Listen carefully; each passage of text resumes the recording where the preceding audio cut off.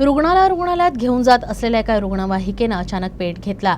या आगीत संपूर्ण रुग्णवाहिका जळून राख झाली। चालकाच्या प्रसंगावधानानं रुग्णवाहिकेतील 4ही जण सुखरूप बचावले। यवतमाळ शहरात ही घटना घडली। दिग्रसून चालक निलेश राऊत हे रुग्णवाहिकेत एका गर्भवती रुग्णाला घेऊन यवतमाळ इथं जात होते। यावेळी रुग्णासोबत नातेवाईक, डॉक्टर आणि परिचारिका असे 5 जण रुग्णवाहिकेत होते।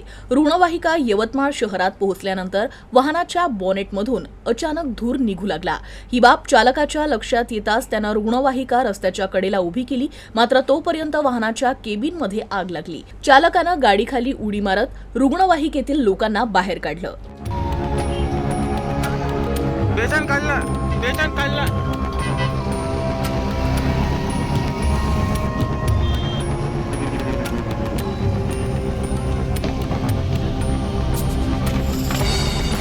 काही वेळातच आगीनं संपूर्ण रुग्णवाहिकेला आपल्या कवेत घेतलं।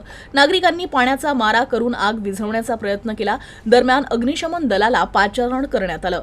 अग्निशमन दलानं घटनास्थळी दाखल होत आग आटोक्यात आणली, मात्र या आगीत संपूर्ण रुग्णवाहिका जळून खाक झाली।